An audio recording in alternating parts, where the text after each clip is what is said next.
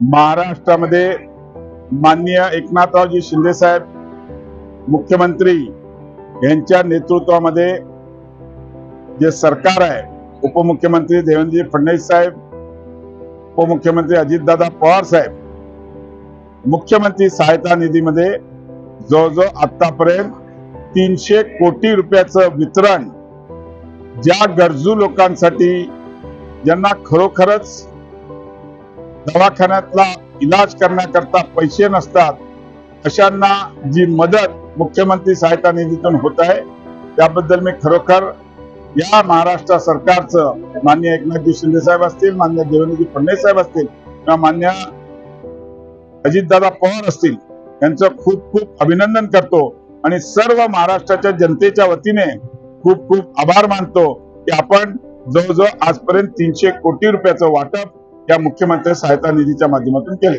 धन्यवाद. केलंय काम भारी, आता पुढची तयारी. विकासाचं निशाण, लाडकं धनुष्यबाण.